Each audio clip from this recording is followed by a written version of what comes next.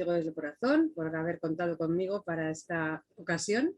Repito con ellos y es un placer poder hacerlo. Soy Beatriz Benítez, soy adoptada, fui adoptada de recién nacida, tengo 50 años, cumplidos este año 2021. Soy madre de familia numerosa en España, tengo 3 hijos y soy abogada por vocación y soy mediadora familiar, como digo yo, por necesidad. Porque en mi proceso personal de búsqueda de orígenes, pues noté que había ahí, yo noté una carencia, que hubiese necesitado de un profesional que me hubiese acompañado, más allá del psicólogo que me acompañó y más allá de mis padres que también me acompañaron.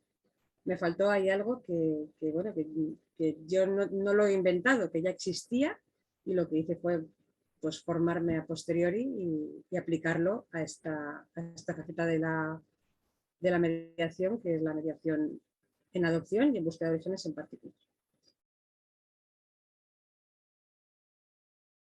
Pienso en hoy, por ejemplo, creo que si no me equivoco, hoy en España se está celebrando el Día contra el cáncer de mama. Todo el mundo entiende la gravedad de la enfermedad del cáncer, todo el mundo entiende la prioridad de la investigación para poder paliar y acabar con la enfermedad del cáncer.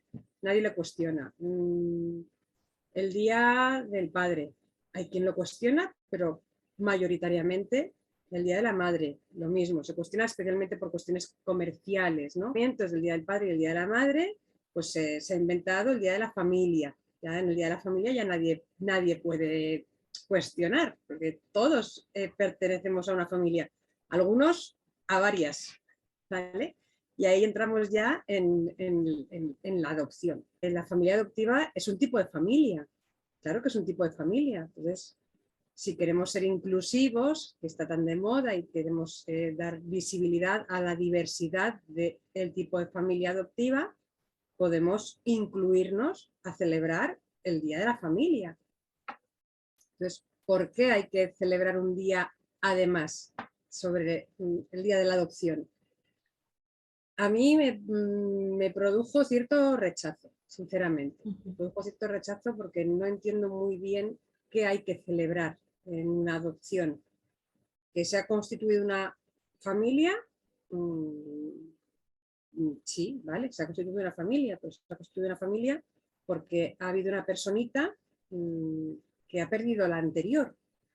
Entonces, para mí es difícil de conjugar pérdida con celebración, por no decir imposible. Entiendo que para las familias, para los adultos que constituyen una familia a través de la adopción, es un motivo de celebración, porque a través de la adopción han constituido una familia, pero claro, estamos todavía contaminados, porque nos cuesta cambiar de paradigma, nos cuesta cambiar la visión, que la adopción es una medida de protección, es una medida de protección para una infancia y una adolescencia que ha perdido a su familia de origen y necesita otra familia, y otra familia a ser posible definitiva, porque hemos mencionado antes también el acogimiento familiar, no solo el acogimiento residencial, el acogimiento familiar.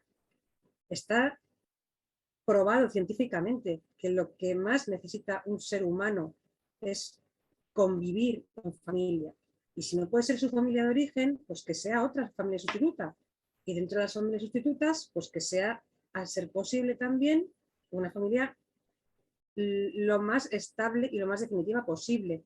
Que no puede ser que entre medias hay otra figura temporal que es la familia acogedora, pues también, por supuesto que también, porque los beneficios de los cuales disfrutan las personas, niños, niñas, adolescentes que pasan por una familia de acogida, ellos lo saben y ellos lo comparten.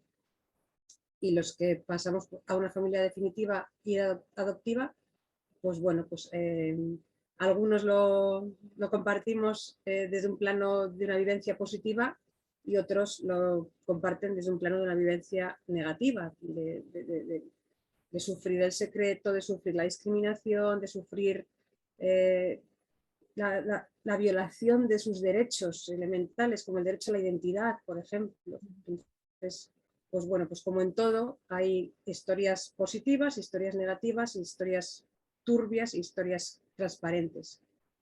Entonces, para mí celebrar ya la adopción, perdonad que me repita, pero me provoca un cierto rechazo, porque claro, yo lo hablo desde mi perspectiva, que por muy adulta que sea, sigo siendo adoptada, y para haber sido adoptada algo muy grave me tuvo que pasar en un momento de mi vida que ni siquiera puedo recordar, pero sé que algo pasó. Después ya, o sea, tengo los detalles y sé lo que ha pasado, y sí es verdad que puedo llegar a celebrar la adopción, porque gracias a la adopción tengo una familia, pero no puedo evitar recordar que perdí otra, y que soy lo que soy y soy quien soy porque vengo de una familia y pertenezco a otra, porque ha habido una familia que me ha hecho su hija y yo he hecho míos a estos padres. Pero esto, claro, te hablo desde mis canas, desde mi madurez, desde mi desarrollo personal y también desde mi profesión, ¿no? Porque viendo a otras personas adoptadas como yo, sus procesos, sus desarrollos, pues yo también he podido evolucionar y darle otra perspectiva, otro matiz, otro día de la adopción. Creo que hay que aprovechar para visibilizar, más que celebrar, para visibilizar.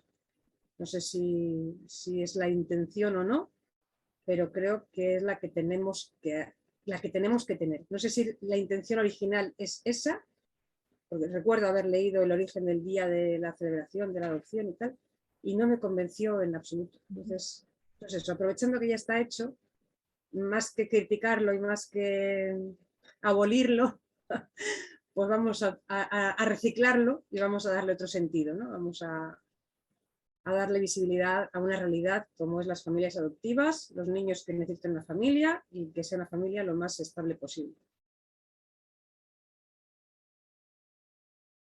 Como he dicho, soy adoptada desde que nací. Mis padres me recogieron con escasas 48 horas de vida y siempre he vivido con ellos. Y yo lo explico así, yo nunca de pequeña o nunca durante mi infancia supe con conocimiento, con idioma, con lenguaje, con palabras, que soy adoptada, pero siempre lo he sentido, siempre lo he vivido, lo he sentido en mi cuerpo, en mi ser, en mi forma de ser y de estar en el mundo. Y bueno, tuvo que llegar la adolescencia, para mí terrible adolescencia, por mí, por cómo fue la mía y por cómo está siendo la que estoy teniendo ahora en casa. Pero para darme cuenta de qué era lo que yo notaba, de lo que era lo que yo sentía y tener datos y poder confirmar que lo que yo sentía se llamaba adopción, básicamente. Que mis padres, además de mis padres, no podían ser mis progenitores porque no compartíamos grupos sanguíneos. Tuve confirmación de lo que para mí era una emoción, un sentimiento, un desasosiego, un notar una diferencia. Y a mí nadie me había hecho nada y aunque yo tuve ya confirmación, tampoco dije nada. Así que tuvo que llegar otro momento un poquito posterior en la adolescencia para que yo les tuviese que decir a mis padres tranquilos que yo ya lo sé. Y bueno, pues bien. Después me compliqué la vida rápidamente. En primero de carrera, con mis 18 años, me quedé embarazada, tuve un hijo y bueno, pues ahí ya me subí en un tren, ya sin haberme bajado el tren de la hijez, del ser hija, me monté en el tren de la maternidad y ahí sigo. Tengo 3 hijos, lo he dicho antes, uno de 31, otro de 26 y otra de 15. Y he estado muy ocupada durante mucho tiempo con mis estudios, mi maternidad, mi trabajo como directiva de una compañía discográfica a full, trabajando muchísimo, muchísimas horas, muchísima dedicación, y tuvo que llegar la muerte de mi abuela para que yo me parase en seco y me retorciese de pena y de dolor y para que me mirase hacia adentro a ver qué es lo que tanto me dolía, más allá de la pérdida de mi abuela, que era evidente, que me doliese que se muriese mi abuela, entraba dentro de lo normal para mí, pero algo noté yo que era como que no era normal tanto y me fui a pedir ayuda a un terapeuta y este terapeuta pues me ayudó a identificar no solo a superar el duelo de la muerte de mi abuela, sino también a identificar el origen de mi dolor mucho más profundo que la muerte de mi abuela. Y ahí ya me conecté con mi adopción, con mi búsqueda de orígenes, con mi miedo al abandono. Eso fue un poquito más tarde. Porque, como digo, he estado y sigo estando muy ocupada siendo madre de 3. Entonces no he tenido mucho tiempo para dedicarme a mí y a mis pensamientos y a mis sentimientos y mis necesidades. Eso ha sido ya más reciente. Tomar conciencia de cómo he ido así como los burros o en un túnel, ¿no? Como, esto es lo que tengo que hacer, esto es lo que tengo que hacer. Y lo he ido haciendo y lo he ido salvando. Pero como digo yo, sin mucha planificación, sin mucho orden, con algo de improvisación, pero bueno, salvando los trastos siempre. Y hasta hace relativamente 2 años no ha sido el momento real de tomar conciencia y de entender, primero, saber qué es ser adoptado, segundo, sentir qué es ser adoptado, tercero, qué es entender ser adoptado, pero no en la teoría, porque la teoría ya lo sabía. Lo sabía porque además lo he estudiado.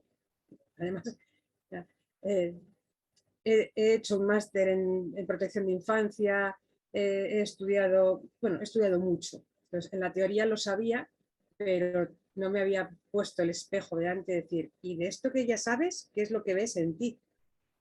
Y ha sido hace poco bueno, pues que la vida me ha obligado a mirarme al espejo y a cuestionarme todo lo que sabía por mi formación, por mi profesión y por mi experiencia vital, pues me ha hecho mirarme y darme cuenta de lo que dolía, lo que tenía que doler, que no le había prestado atención.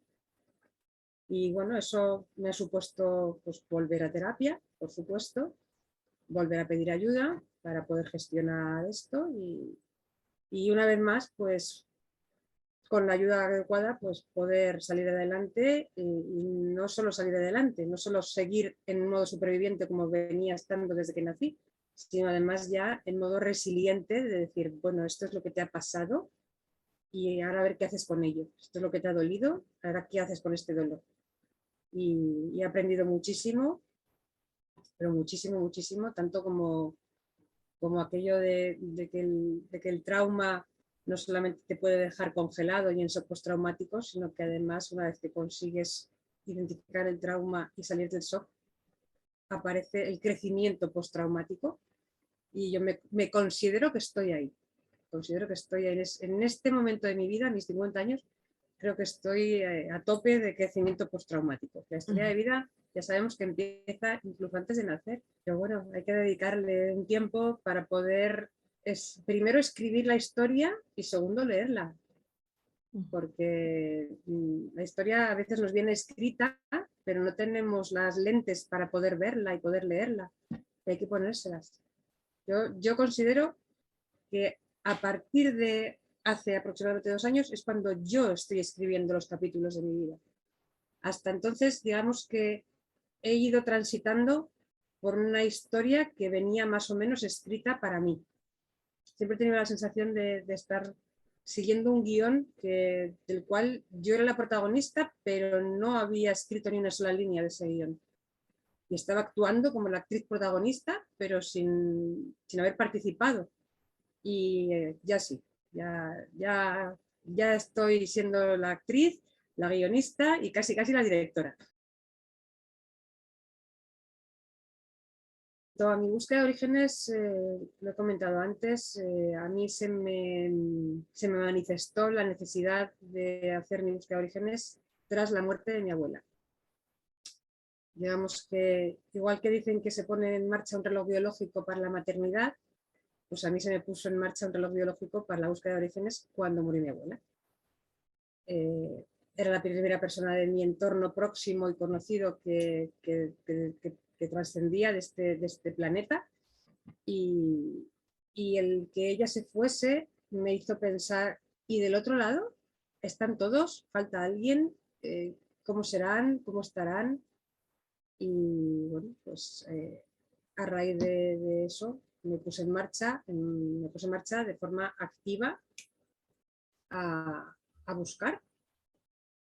Y bueno, en mi documentación había mucha información de la que pude echar mano y la verdad que la parte inicial de buscar datos para mí fue la más fácil porque de hecho yo había encontrado los datos sin buscarlos.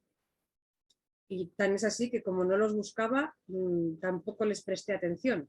Tardé 5 años en decidir qué hacía desde que tuve los datos hasta que decidí hacer algo con esos datos, tardé varios años.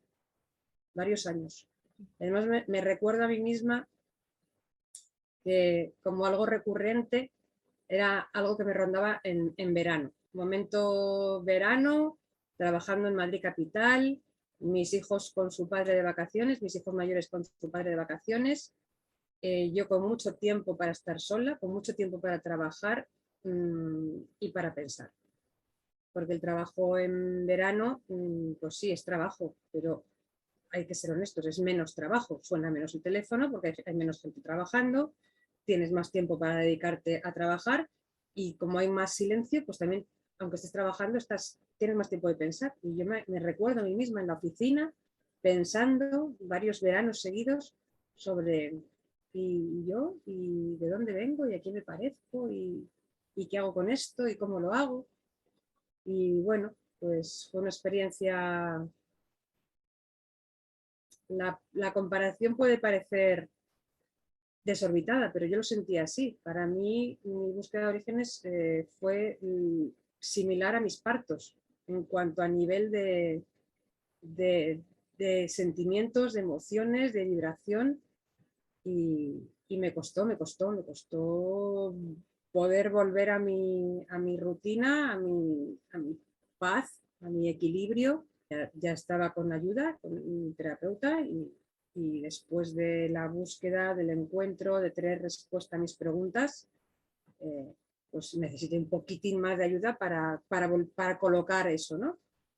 Y, y ahí es cuando noté también lo que he dicho antes, la necesidad de un acompañamiento profesional más allá del terapeuta, que el terapeuta hace el trabajo que hace en cuanto a regular emociones, colocar, reubicar, darle un nuevo significado a cosas que antes tenían pues, otra apariencia, de repente le pones una lupa delante, que es lo que para mí supuso mi búsqueda de orígenes, fue una amplitud de miras, más allá de la información yo tenía mucha, datos yo tenía muchos, pero es la emoción que esa información implica.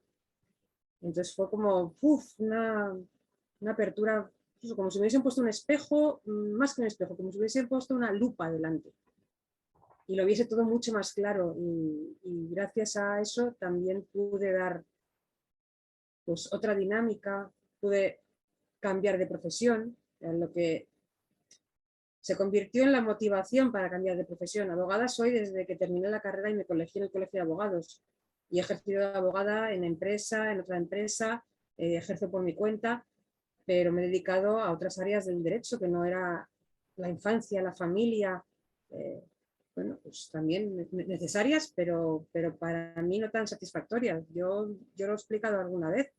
Yo decidí hacerme abogada para poder ayudar a los demás, pero no a los demás, a cualquier demás. No, no. Bueno, por cómo estaba configurado el sistema de protección de la infancia y de reforma de la infancia en España cuando yo terminé la carrera, me fui ingenuamente a preguntar qué hay que hacer para trabajar aquí y para mi sorpresa me encontré allí con que además de los niños de protección que necesitaban una familia en adopción como yo, pues había también los niños que se habían metido en líos y que bueno, pues necesitaban otra oportunidad en la vida. Yo ahora soy capaz de decirlo con estas palabras tan bonitas, pero claro, esto ha sido después de estudiar mucho, trabajar mucho y concluir que los niños que se meten en líos son mis clientes favoritos. Claro, tengo 50 años, llevo ya más de 10 años dedicándome al derecho por mi cuenta y teniendo este tipo de clientes, pero yo con 20 y pocos años me asusté, me eché las manos a la cabeza y dije, yo no puedo trabajar aquí. Y bueno, pues cosas de la vida me dediqué a la empresa y tuvo que morir mi abuela, que me despidiesen de la empresa en la que trabajaba, para que a los 40, ¿qué años? Tengo 50 ahora, pues casi 40, a los 30 y muchos, pues cambiase mi orientación profesional, siguiese siendo abogada, pero ya de otra materia, ¿no? Nada que ver con la propiedad intelectual, ni con el derecho mercantil, ni cosas de empresas. Ahora ya personas, y al ser posible, personas pequeñas y que necesiten ayuda. Para mí es un reto, para mí es un reto día a día, día a día. ¿Y cómo ha influido el que yo sea una persona adoptada con el hecho de que sea madre? Tengo claro que algo ha influido en que yo fuese madre adolescente. Eso lo tengo clarísimo, clarísimo. No le quiero dedicar mucha atención porque no me quiero distraer, pero sé que algo hay. Y seguro que algún psicólogo le dará una explicación de profundo calado que yo no sé si estoy muy dispuesta a saber, ¿no? Pero bueno, la cuestión es que fui madre adolescente, después volví a ser madre todavía bastante joven en España. Aquí en España estamos manejando edades de primeras maternidades pues después de los 30 y ya cerca de los 40, y pues tener un hijo con 19 años y otro con 24 pues se sale de la estadística habitual. Y bueno, a mí la adopción en sí no creo que haya tenido mucho que ver con mi maternidad, salvo lo que digo de ser madre adolescente. Pero lo que sí tengo claro que ha tenido que ver en mi maternidad de familia numerosa, es el hecho de ser hija única. Yo creo que tú, Georgina, me lo habrás oído decir, que a mí no me pesa la adopción, a mí me pesa el ser hija única. Y tengo 50 años y me sigue pesando ser hija única. Entonces yo tenía clarísimo que no iba a ser madre de hija única, si la naturaleza lo permitía, y si no lo permitía, yo como mis padres adoptaría. Lo tenía clarísimo, clarísimo, clarísimo. Y bueno, la naturaleza no solamente lo ha permitido una, sino que lo ha permitido 3 veces. Y me considero madre por 3 por encima de todo. Por encima de todo, por encima de mi profesión, por encima incluso de mi adopción y por encima incluso de mi filiación, ¿no? O sea, me dices, ¿cómo te definirías? Te digo, primero, madre. A ver, siempre soy hija, siempre soy hija. Por lo menos mientras que mis padres estén vivos, seguiré siendo hija. Pero, pero si no fuese porque sigo siendo hija, ante todo soy madre. Curiosamente, mi búsqueda de orígenes también me hizo tomar conciencia de la necesidad de contactar y de conocer a otras personas adoptadas como yo. Yo hice mi búsqueda de orígenes, digamos que en solitario, que es lo que he estado, es lo que he vivido, siempre he sido hija única, entonces estoy acostumbrada a hacer las cosas por mi cuenta, a mi manera, yo sola, yo puedo, yo puedo, yo puedo. Y bueno, pues sí, he podido, pero no con todo puedo sola.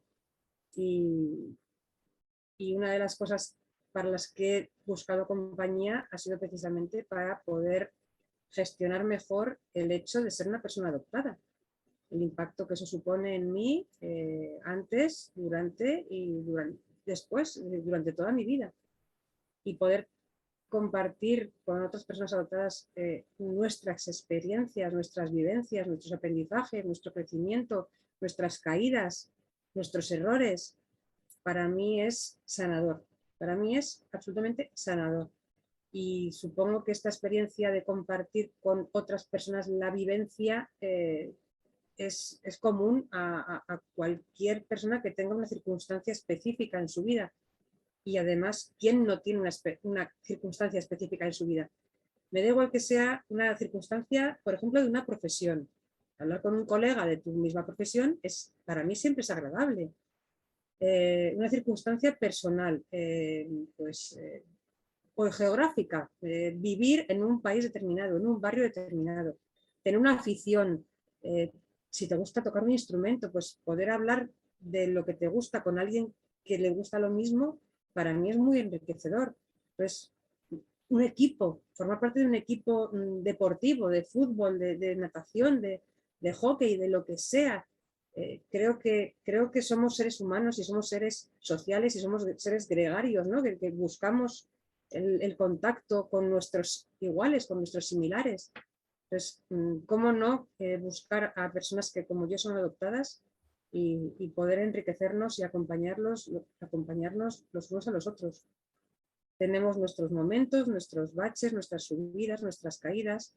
Y bueno, yo siempre, desde hace ya más de 10 años que soy miembro de la asociación La Voz de los Adoptados, siempre he encontrado una mano amiga de la que, a la que pedir ayuda y una oreja y un hombro y yo lo he dado.